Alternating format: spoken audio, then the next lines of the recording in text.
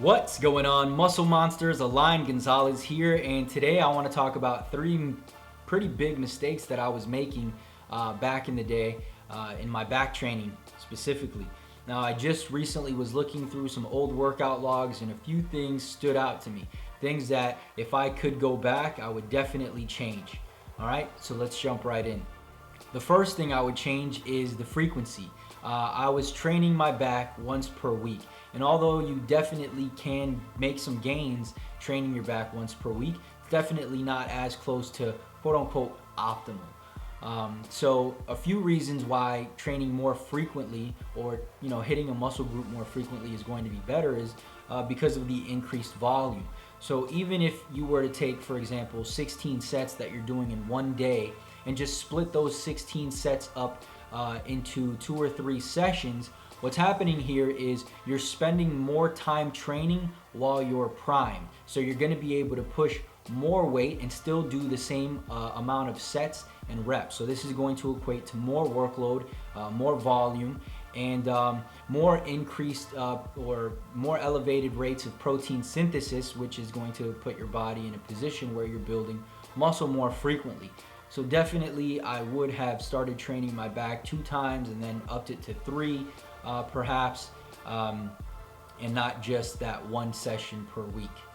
Another thing that I would change is that I wasn't deadlifting like pretty much at all. In the beginning I did a bit, but then I kind of veered away from the deadlift.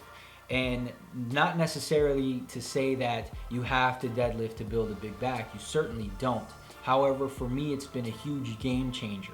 And a lot of people will argue that the deadlift is not actually a good muscle builder for your back. However, I have to disagree.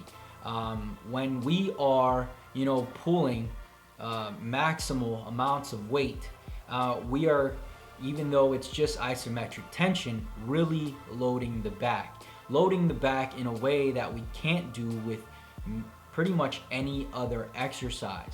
So I definitely would recommend to anybody who wants to build their back, start deadlifting. If you see a lot of power lifters who deadlift frequently, they deadlift heavy, typically you're going to notice pretty well developed back, especially the traps.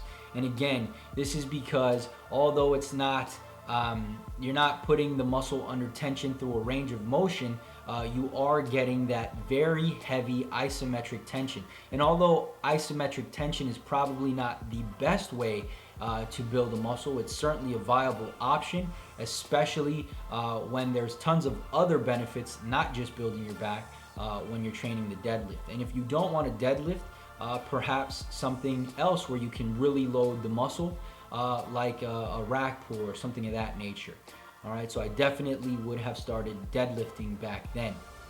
And lastly, I would mix it up more. I would hit the back from different angles. What I was doing and what I noticed in the workout logs was I was just kind of going in and training back. So if that meant just doing pull-ups and lat pull downs, and pretty much everything that was lat dominant work, that's what I was doing. I didn't really focus on whether I was hitting the upper mid back, the traps, or the lower lats. So definitely I would involve more horizontal as well as vertical pulling, and kind of just balance that out more so that I can really focus on hitting the upper mid back as well as the lats. As we know, whenever we're retracting the scapula, we're really hitting that mid upper back. And then whenever we are performing shoulder extension, we're really hitting the lower lats. So it's good to get a good balance of those two, especially if, say, for example, your lower lats are, growing pretty significantly. Then you might want to put a little bit more attention on your mid upper back, or maybe your traps are lagging, and that's where you want to put the emphasis. But really focus on going in there and training your back with a purpose. Don't just go in there and do different back exercises. Do them with a purpose. Put them in the right order. Make sure you're hitting the areas that need improvement. Make sure that you're hitting all of the areas in general. And that's pretty much it, guys. Those 3 things. I would increase the frequency to 2 to 3 times per week for that added volume. maybe a speedier recovery.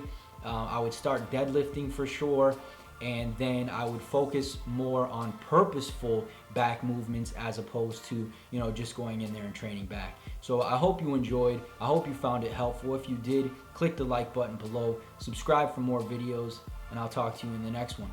Peace.